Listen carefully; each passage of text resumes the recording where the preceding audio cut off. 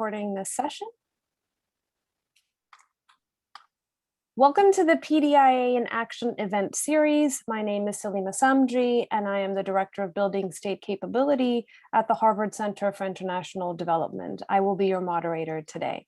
The format of today's session is as follows. I will begin with an overview of the event series, followed by a presentation before we open up for a question and answer session. Please feel free to put your questions in the chat during the presentation.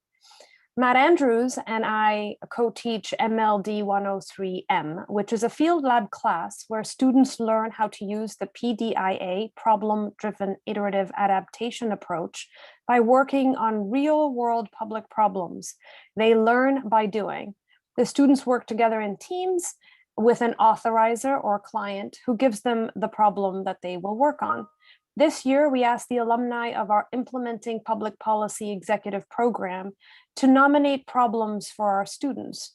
Over a 7-week period between January and March this year, our students worked with their authorizer or client to better understand the problem and to identify entry points. This event series showcases the learning of our students as well as our executive program alumni. Our topic for today's session is tackling blood safety in Nigeria. And with us, we have the student team, Alan Franklin, Dana Radojevic, Hisham Ghaffar, Lauren Trong, and our IPP alumna, Dr. Adaize Ore, who is the country head of planning, research and statistics at the National Blood Transfusion Service in Nigeria. Welcome. I'd now like to invite Lauren to get us started. Lauren, over to you.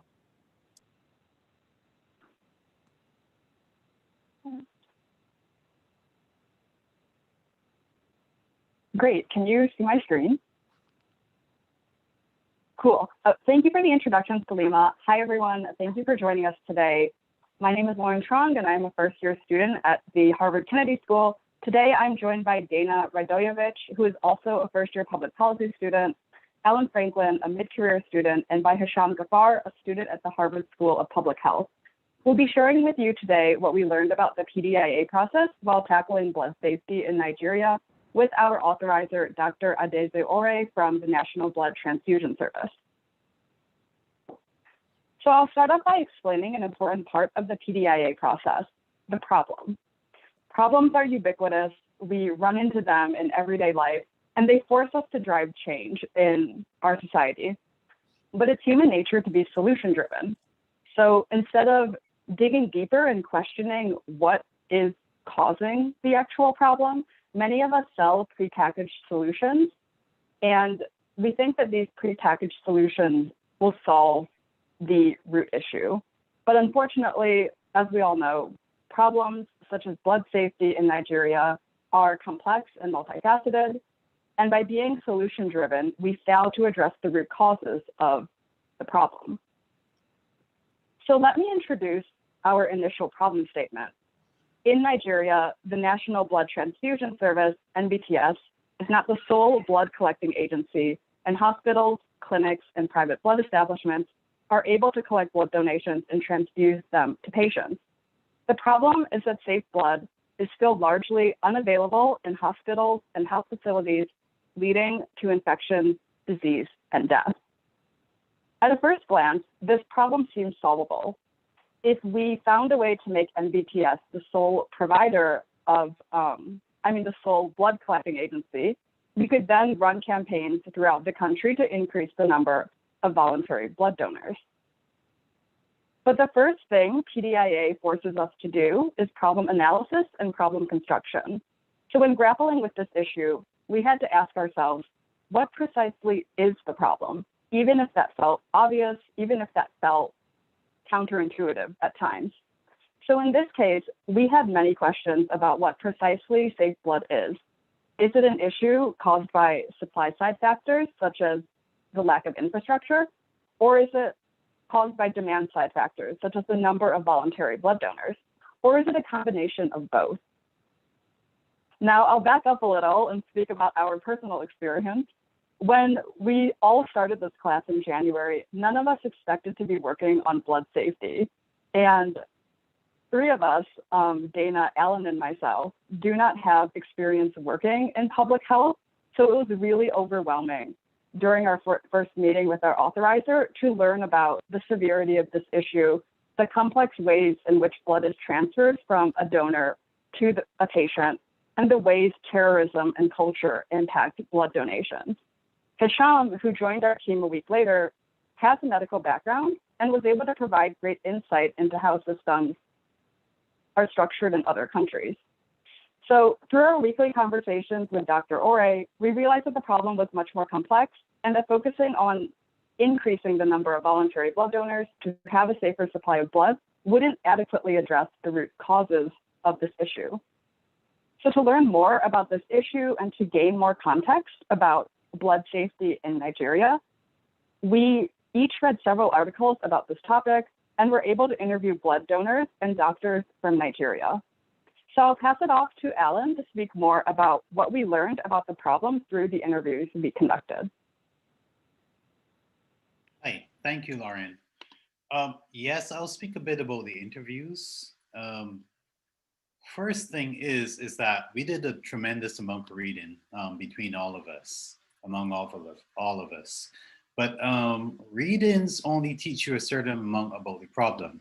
And this is especially the case for us who have never really been exposed to blood issues and this kind of medical situation before. What I like about interviews, and the more we did, the more we realized this, is that interviews are unique in that they give you a kind of 360 degree view of your problem. And the more people you speak to, the more interviews you conduct, the more of that puzzle you tend to fill out from all sides. And that's very important. The other thing with interviews is that they tend to provide a depth, a texture, and also a nuance that you never get from reading journals or academic material. The more you speak to people, you get their specific perspectives, you get their feelings on the issues, and you get their unique takeaways as well. And all those come through pretty strongly in interviews. And the other thing I would like to add is that every interview is totally different. Every interview, even if you interview the same person on 2 separate occasions, each interview has a very different feel. Another thing about interviews is that, especially in terms of how we structured our interviews, every person we spoke to represented either a client, a partner, or a stakeholder at some stage in the process. And this was extremely valuable for us in terms of, again, taking us deep into the problem and giving us an insight that we would otherwise not have had. One of the favorite characteristics about interviews for me, though, is that interviews are interactive. And even though that seems like a simple thing, the ability to probe and the ability to question and the ability to follow up on certain things is very useful when tackling a problem with which you're totally unfamiliar. And I think also what's very good about interviews is that, especially for a problem like this that's going to be ongoing, interviews have a distinct advantage of building trust with your stakeholders and partners. And on many occasions, we can point to this. On the picture on your screen, you can see Mr. Nathan John. He was one of the first interviews that we held. And I am very proud to say that we did build a very tight relationship with him. Even the process of setting up the interviews, I think we had to schedule at least 4 calls before we were finally successful. He is one of the most prolific donors in Nigeria, and his perspective comes from a totally different place than, let's say, my perspective or a team's perspective would have come.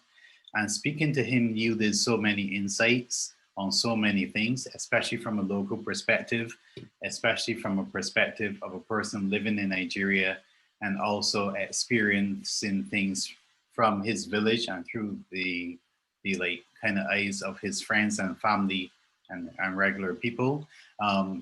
That is information you hardly find in academic works or in textbooks as well.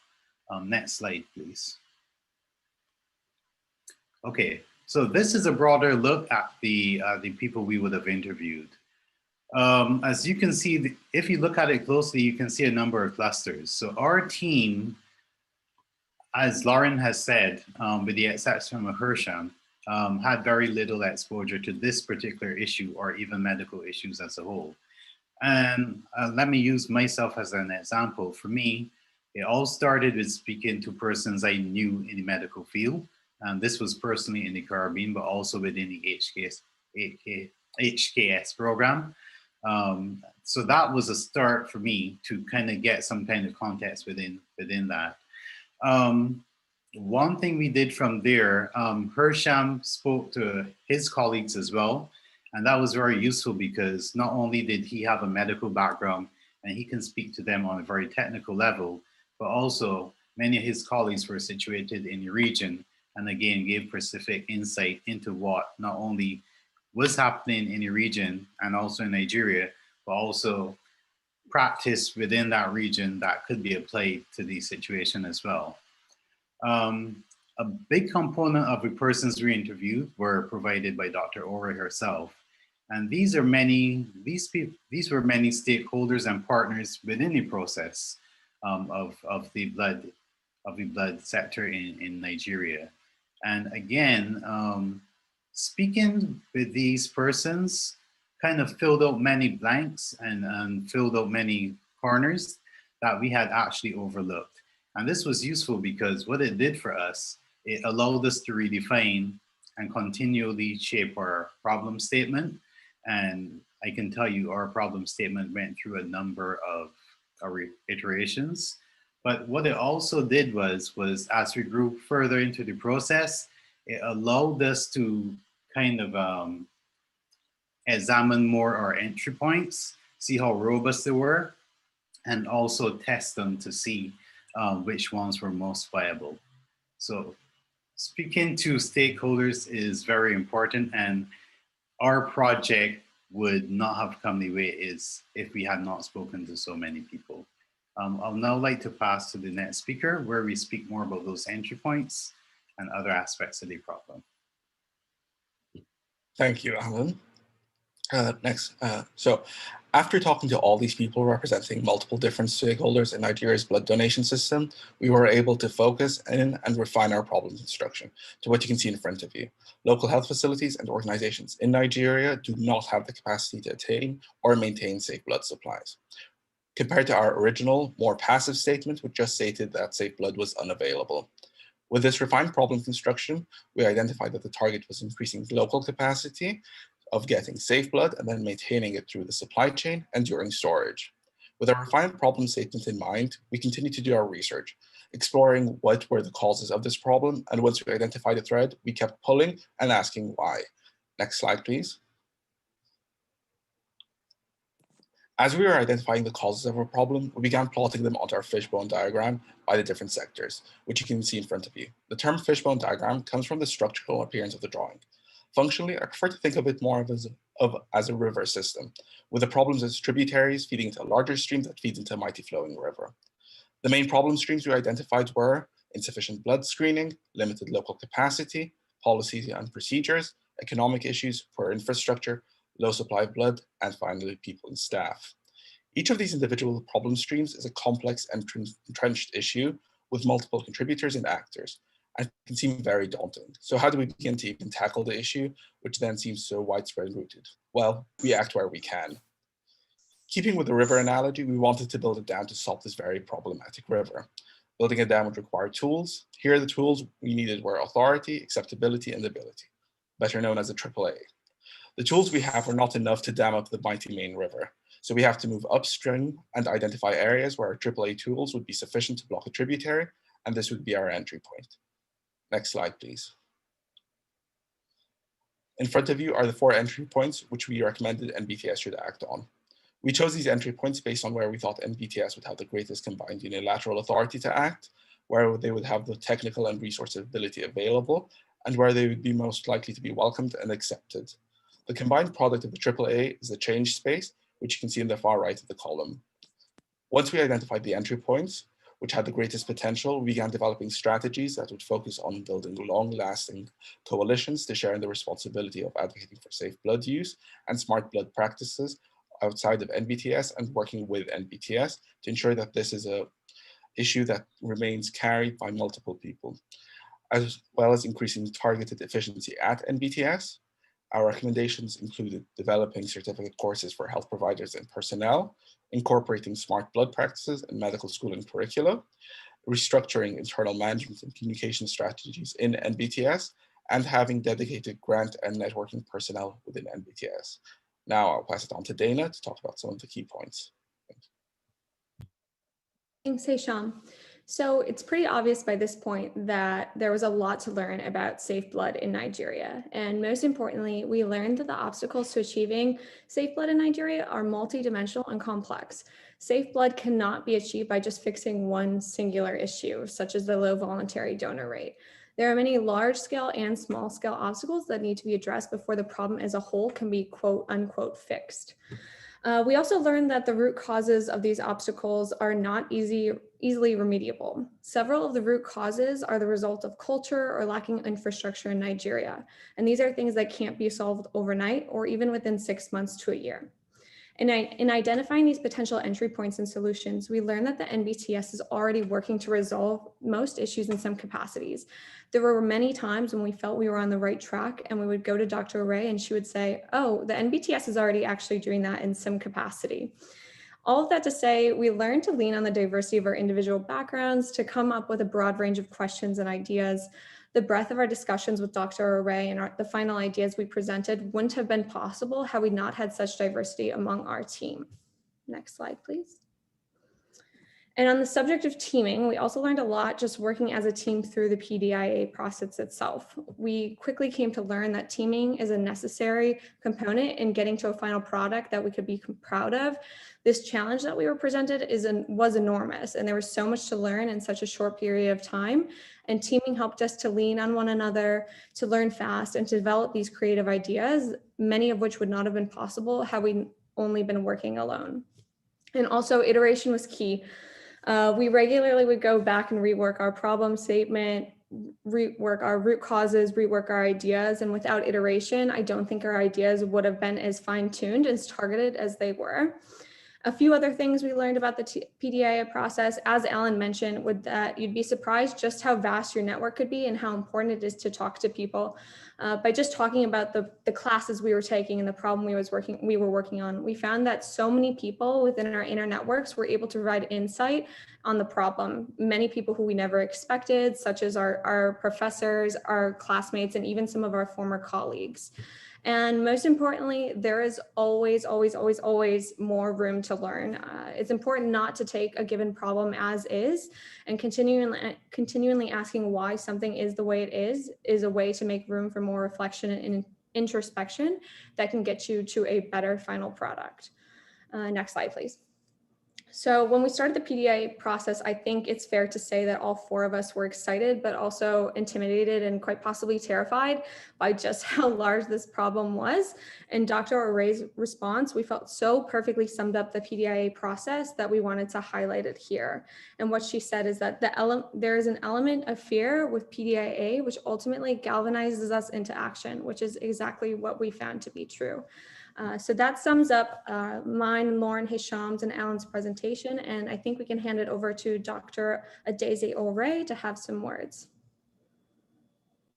Thank you. Dr. Ore, if you could share your learnings with our participants today. Dr. Ore, thank you. Thank you so much, Salima and Matt, for inviting me to work with the students on this project.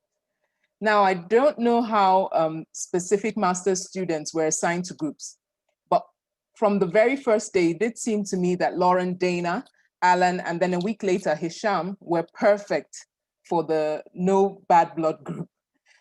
I found myself eagerly looking forward to our weekly meetings because it was exciting having a team of people who were keen on deep diving into the problem of safe blood availability in Nigeria. And I mean, for me, this is a problem that consumes me on a daily basis. So to have people who weren't working in the thick of it, who had been thrust with this project, and being engaged with their enthusiasm and the depth of analysis that they were willing to bring to each week's interaction was something that I found very beneficial to me as a professional working in this space. So I would say that working with them was, as much as they benefited from the whole PDIA process with the project, I, as someone working on blood safety in Nigeria, benefited immensely from the process as well.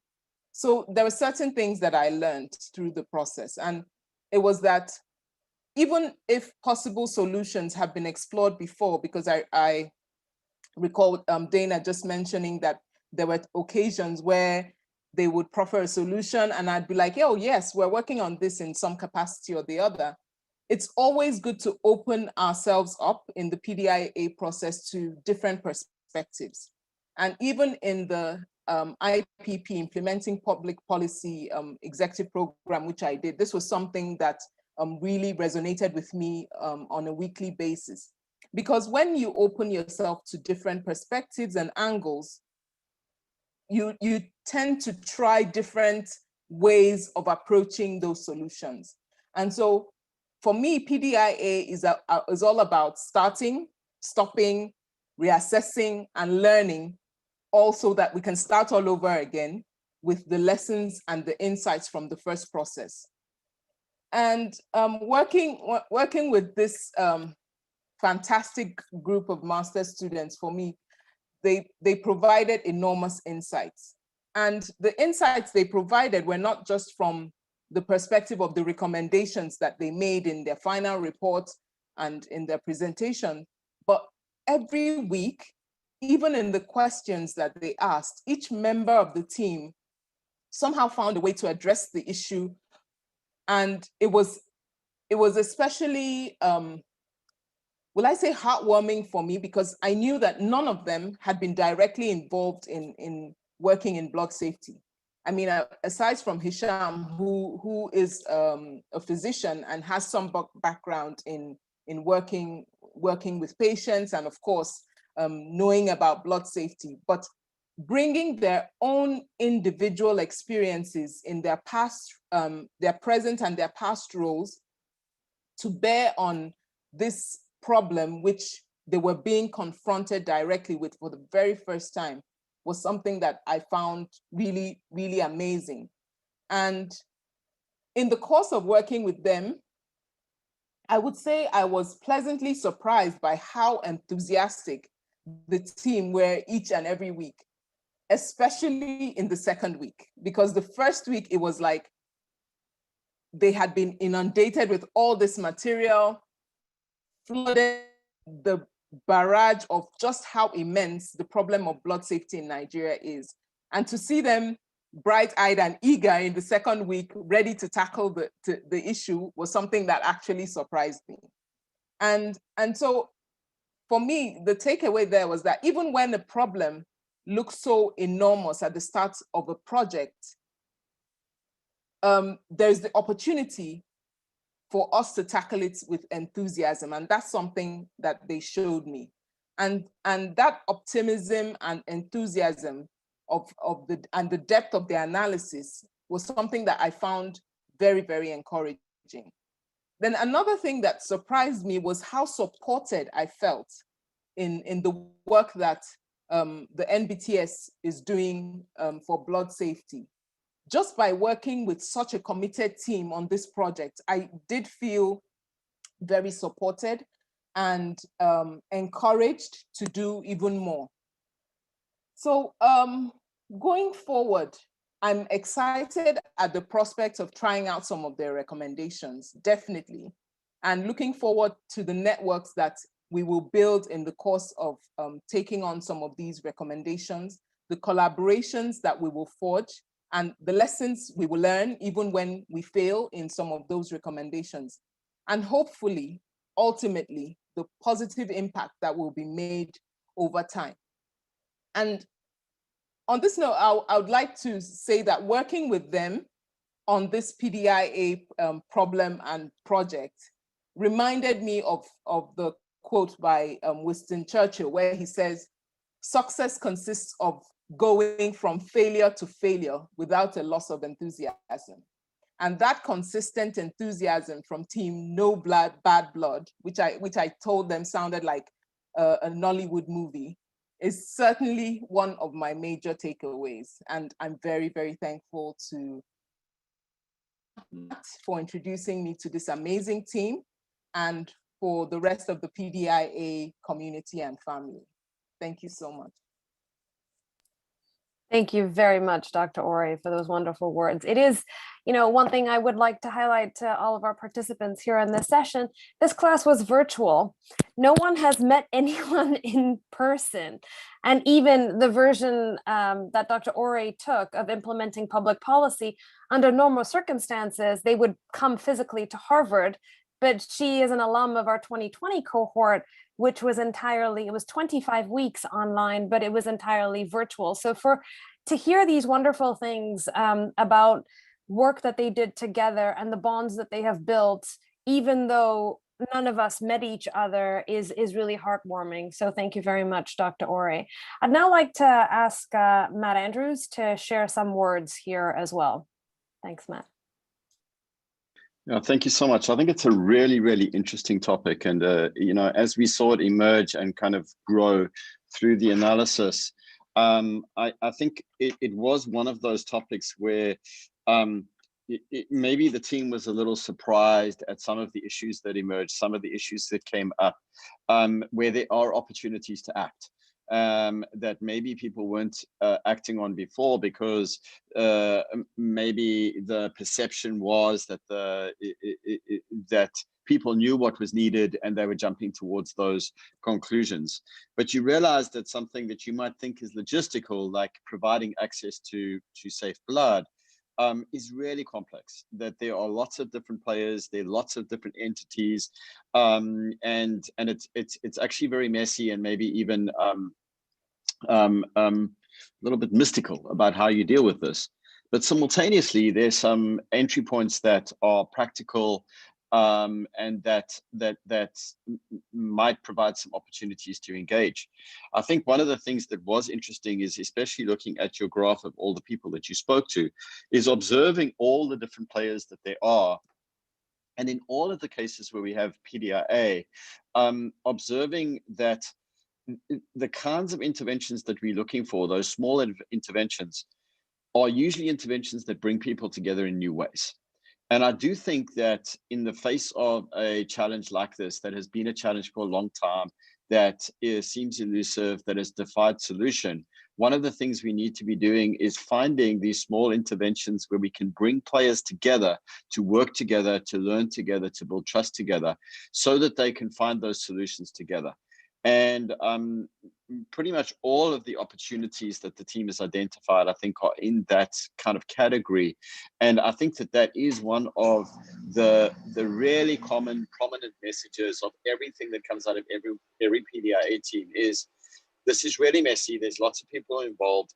Let's find small interventions where we can bring some of those people together and have them kind of rub their brains and their know-how together in new ways. And that was interesting to see come out of this work. So, to Dr. Ore, thank you for your time. Thank you for committing to this work. We think that you and your colleagues who help the teams are kind of almost like practitioner Sherpas, helping people to see what the world of practice looks like, giving them, trusting them to engage, to talk to people, to help you. And to the team, thank you for being willing to climb that mountain, when you didn't know what the mountain was, when it was really tricky, but being curious, being determined, and being dedicated to a problem that is far away from you, but that you very quickly owned as something that mattered. So, Salima and I often talk about how wonderful it is to connect the executive education part of the Kennedy School with the degree program part of the Kennedy School, with what we think is kind of like maybe just the magic of a simple process like PDIA. But none of that would be possible if you guys weren't just so committed to doing this work. And so, that's my gratitude to all of you for the attitude and the care and the dedication you bring to this work. Great, thank you, Matt. And I just wanted to add for the students, because Dr. Ore, being an alum of the IPP program, was very aware of what was going to happen in the process. But I think for the students to trust us, our team No Bad Blood, and trust in the process, despite feeling like they were thrown in the deep end, was really helpful and allowed them to learn and see how the process plays out. With that, we're going to move to a Q&A session. If you could use the raise hand feature in Zoom, and I will take 2 to 3 questions at a time, and then have the student team as well as Dr. Ore respond to your questions, and we can start with that. I actually wanted to start with my question first. And my question to both the student team and to Dr. Ore is, what surprised you? And each of the students it can be something different. What surprised you through this process? What was the thing that you least expected to come out of this process?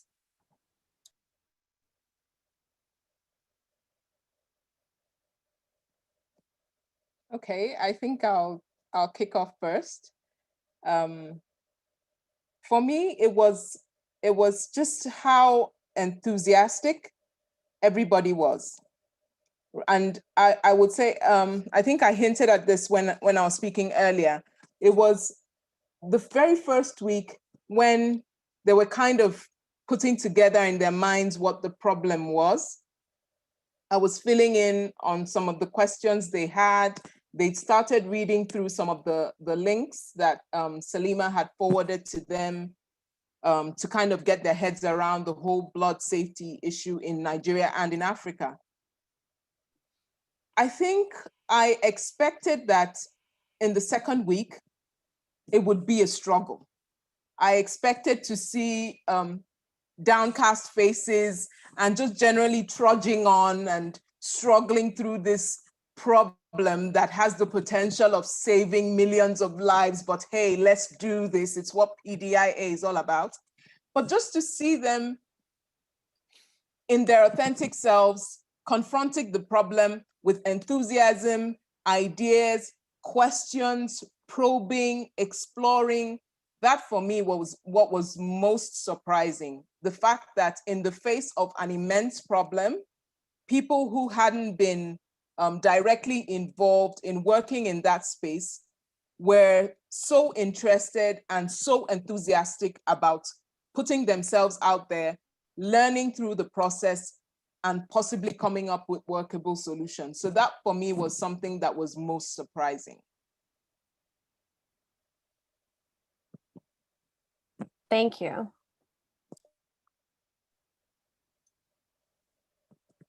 I guess I can speak up, and Hisham, Ellen, Lauren, please follow me up with anything that you may have. But I think what surprised me the most was just how crucial the teamwork was in developing these diverse ideas, and even not even just developing the diverse ideas, but just sparking diverse conversations and lines of questioning with Dr. Ore, because from a singular mindset, you can think, okay, I'm in the right direction, I'm going in the right direction. And then, I might be leaning one way of, oh, we need more funding for the NBTS. But then Hisham would ask a question, about the medical schools, and that would take us in an entirely new way, and would make complete sense. And that was something I would never in a million years have thought of.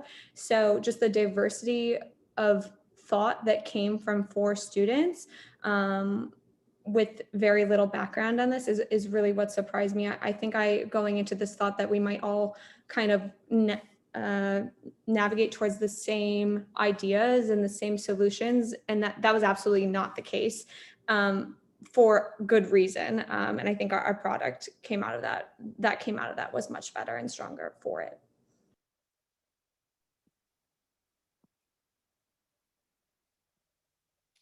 I can go next.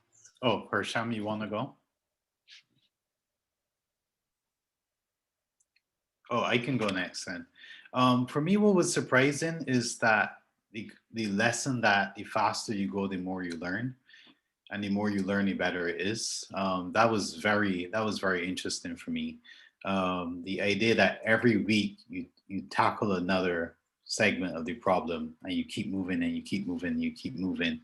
I think that's something that was surprising for me in such a small space of time to allow us to do what we did. And it's a lesson that I'll take with me moving forward from this class as well. So I'll go next. I think what surprised me was the combination of what Dan and Alan said. I was very surprised at sort of the diversity of opinion. I remember when we first were assigned the topic, thinking, oh, this is health related, this should be easy, I'm well aware of it. And then actually digging deeper into it, you realize how siloed one's thinking is and how the diversity of perspectives actually shows you how far reaching the problem is. And then how fast things adapted and changed was also very interesting for me. Looking at other projects, how long the timescale is usually given. It's several months to get some information and then several years to trying to implement it. And just how rapidly solutions were coming up at the end with the PDIA process was very interesting and surprising for me. Yeah, and I think to just finish it off, I think what really surprised me, as someone whose family doesn't, my parents never went to college, so they didn't really have such a big network. What surprised me was the amount of information people know. So I would talk about PDIA and the project that we were working on with a lot of my friends, who then connected me with other people who knew much more about this topic. So my biggest takeaway is that there is so much learning, and that we can always continue to grow. And it was really exciting to see, just like to meet with the bigger group every week to share what we've learned the past week, and also to make those connections and have more conversations and drive the process forward. Wonderful. Thank you very much. We're now going to open to the questions. We had a question that came in the chat from Hardik, and we have a question from Angela. Hardik, would you like to voice your question? Sure. So the question for this panel is, how were what was the basis for the researchers to contact the interviewees? Were they were the interviews doctors, citizens in affected areas, blood donators like the example of Mr. Nathan John, intersections between all of the above categories, or was it a different basis altogether? How was the interview selected? Thank you. Alan Hisham, since you two conducted the most interviews for our project, do you want to talk about how you ended up selecting the people you ended up choosing? Yeah, sure. I can start with that. Well, we were provided with some interviewees from Dr. Ore to start with, and we utilized those as best we could, and those were really helpful. But also from our own end, there are 5 of us, and we each started with our internal networks. We started at HKS and gradually worked out. And I think that's the meeting of those two methods work very well, because we got a wider diversity of people to speak to. So like, for example, I approached the problem from a totally different perspective than Hersham did. And I think when we all came together, we got a very diverse set of views. So there was no, that was the strategy we used, I believe. I think, yeah, reiterating what Alan said, I think the selection of interviewers were based on our network and our current position on the problem. So for me, I started off looking at sort of physicians and people who are interested in sort of blood interactions, particularly in Nigeria. And then that sort of grew. So when they talk about perceptions about the public, then I started trying to contact people in the public in Nigeria who are not related to the medical field. And that sort of grew with that way. Yeah, as we spoke to persons would offer up or recommend someone else, and it just snowballed from there. So we just got more and more people. add on to what Alan and Hisham said, I think a lot of our interview requests were based on our line of thinking at the time, and that changed. And that's why you see such diversity among the people who we interviewed in that snowflake diagram. We started out with a medical track, but then we would start working down a track of, okay, how can we fix this on a local governance level? And that led us to speaking to some NGO experts here in the United States. So that's how you see such diversity among the people we researched. And I think a large part of that was just following our trains of thinking at the time and reaching out to anyone and everyone who would talk to us. And then those people would spark more additional trains of thinking. And so that's why it expanded from there. Great, thank you. And Dr. Ori, maybe you could say a few words about how you decided on the first list that you gave them of stakeholders that they should speak to. Yes, so thank you, Salima. I remember when you reached out about coming up with a list of possible interviewees who the group could speak to. The first thing I realized was I was coming from the National Blood Service, and obviously we're the organization that is right at the center of working on blood safety in Nigeria. So in addition to myself, I also provided the details of our national coordinator, but realizing that his perspective would also be similar to mine because we're coming from the same place. I also wanted the team to have the opportunity of speaking with those who regularly donate blood, realizing that they are members of the community, they have families, they have friends. So in addition to being part of our resource in terms of collection of blood, they are also beneficiaries of a working system for blood donation in the country. And so that's how I provided Mr. Nathan's details. In addition, we have stakeholders who we've worked with over the years, working on training of the blood service and hospital staff in terms of blood collection, blood donation practices, screening of blood. So I also provided some individuals who were coming from that place as well.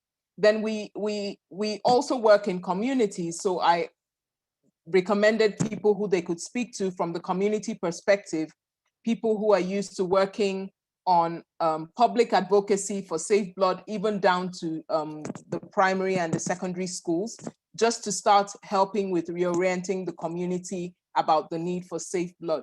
So I tried as much as possible to give a diverse, but then again, I was coming from IPP, I was coming from some knowledge of PDIA and what it involved. So I knew that for their interviews to be as strong as possible, it needed to be as diverse as it could be. And I tried not to restrict those recommended interviewees to any particular sector, just so that they could get a broad-based view of the problem in the country.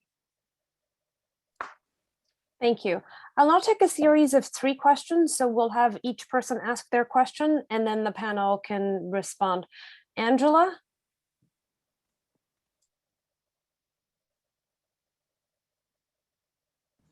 Hi, everyone. Hello. All right. Hello, everyone. First of all, thank you so much for this conversation. It's actually quite interesting, all that what the entire conversation has been about. And I'm happy that we're having this conversation, and great work to Team No Black Bad Blood.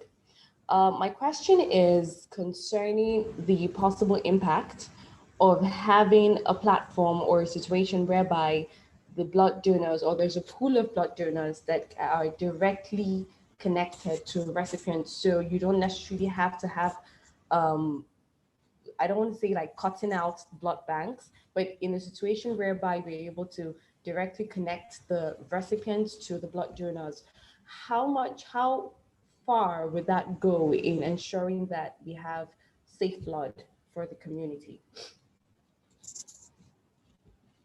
So I think I'll take that question, and that's a great question, Angela. Thank you so much for joining us and engaging this afternoon.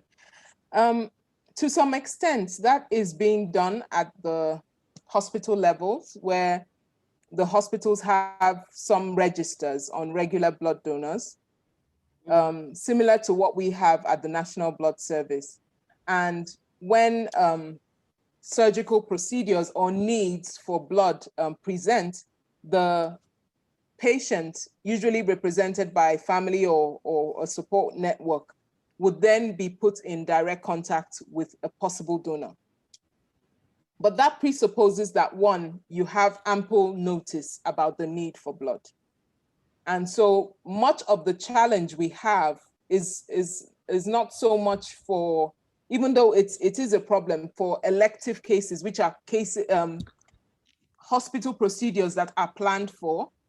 But then when it comes to those emergency procedures, you know, Nigeria is one of the countries with the highest burden of road traffic accidents. And I mean, Right. now with insurgency, conflict, inter-ethnic conflict, and just violence, tribal violence, you can see that there's a jump in the emergency need for blood. And so even when those networks, we do explore that with the National Blood Service, and some hospitals do the same, the timing is usually off when it's in an emergency setting. And then when you also consider the fact that blood is usually typed, so you would need a donor with the same type linking with the patient of that same type, it can get very logistically challenging, especially in an emergency setting where you would need hundreds, thousands of blood units. I remember back in 2011, I was the team lead for the emergency response when the United Nations headquarters in Nigeria was bombed. And we had to mobilize as much as over 100 units of blood just to save the lives of those who had survived the bomb blast. So in that kind of setting, it's usually difficult to have a matched donor recipient process, but there are facilities that actually take that into consideration and use it at a small level, especially when the procedures are planned for. Okay, thank you so much for that. If I may, real quick, I really don't want to take up too much time. But the reason I asked that question is because I'm the Chief Operating Officer of JDI, that's Jealous Development Initiatives. And we have this artificial intelligence called JBlood Match. What it does, in essence, is that it links blood donors to recipients directly based on their blood type and location. So it's live in all 36 states of the country. It's attached to Telegram and Facebook. But then the thing is, and we've seen it work already actually in Abuja, which is where we are headquartered. And we work with NBTS here in Abuja. We run blood drives with them. But then the reason I ask the question is because we already have this solution. It's already working. We're already seeing the impact of the solution, but we're also asking ourselves how it might contribute to conversations like this, where we're talking about safe blood and how it can be replicated, not necessarily replicated, but adopted, yeah, that's the word, adopted Or across the scaled. entire country on large scale, such that, because irrespective of whatever state you find yourself in across the 36 states, and of course the FCT, it is accessible as long as you have a smartphone and Telegram and Facebook. So that was why I asked this question, just to see how it can contribute to this entire conversation.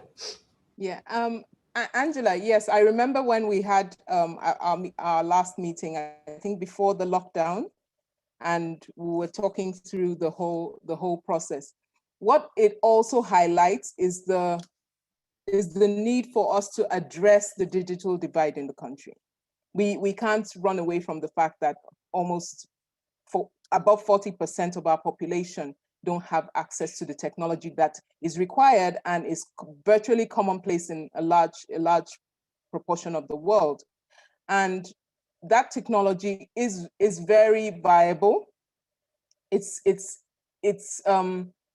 the potential for scaling is immense and it's workable, but we have to be intentional and actually look at how we can get the technology adopted across board, because it's not just about blood safety and it's not just about the JDI technology, but it's about addressing the fact that a large proportion of our population don't have access to the technology that they need. So of course, like I said the last time we met, I commend you for what you're doing, and there is enormous potential to scale.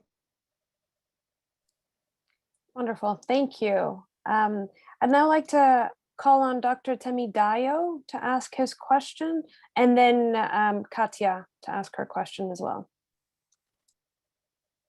Thank you very much. Can you hear me, please? Yes. All right. Thank you. It's quite interesting. First, let me congratulate No Bad Blood Group team. I think this is a very complex and very ambitious project that you embarked on, and the insights that came out from your findings are very useful, particularly to me as a researcher as well. So the question I want to ask is, did you find out any issues about inefficiencies in the blood supply chain? For instance, yes, we know there is limited blood availability, people are not donating, but even the few blood that is available, if it is not used in an efficient manner, you're going to have a lot of waste in the hospital. And also, if hospitals, for instance, could have visibility to what is available in the inventory in different hospitals, right? You know, they could actually tap into those banks. So did you come across issues relating to, you know, blood wastage or inefficiencies in inventory in the hospital? Because this is another problem that might be of interest, particularly to me as a researcher. Thank you very much, Dr. Tamayako. I think I can take this one. We actually identified that as one of the issues was with the problem of allocation and wastage. And that was our focus with our process with the certificate course to increase sort of the administrative capacity and logging of the blood units and making them available and sort of more transparent. And the second part, we're including it to the medical curricula and teaching providers. So they're, I think the practices are called smart blood practices, where you're able to have the similar outcomes for lower blood use. So whatever low resource we have, we're actually making more use of it. So thank you very much for highlighting that point. And I think we were thinking along the same lines. Thank you. Okay, and our final question, Katya? Thank you, and congratulations to the team. It was a really interesting presentation, and really appreciate your work on this. My question is around the role of culture. I think a couple of you hinted at it in your presentation, but I'm curious what the role of culture and kind of social perceptions around blood donation were in the country. What did you learn about that, and how did that inform some of your ideas and recommendations?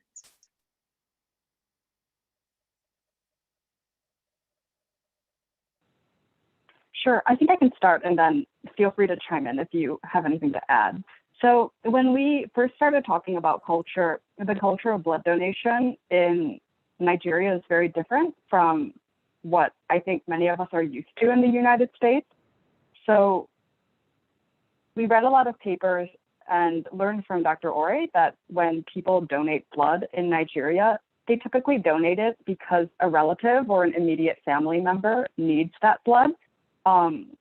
When you start asking for blood donations, for someone to donate blood to a stranger, it's more difficult for Nigerians to donate in that sense. And one of the things that MBTS has been working on is a communications campaign that makes blood donation much more personal. So instead of showing infographics about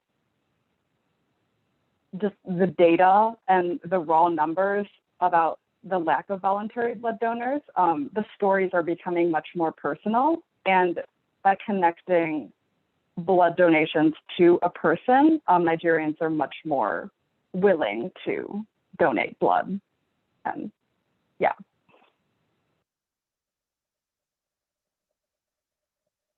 I can just quickly follow up on Lauren's point. So in my part of my presentation, I mentioned that there were so many times when we would go to Dr. O'Ray with an example or an idea, and she would say, oh, we're actually working on that in some capacity. And this is actually exactly one of those times when she said that to us, because we thought, okay, if the culture of donating blood in Nigeria could be improved, how about we improve the communication strategy? And that's when Dr. O'Ray informed us that the NBTS is already working on this storytelling narrative of communication. So the NBTS is working towards this. And we obviously, knowing that they were already working on this, didn't have much to suggest, obviously, on improving the cultural aspect of this. But we did, one thing we did recommend was potentially just identifying an external consultant with international expertise on storytelling communications, just so that way NBTS could potentially improve their efforts even further.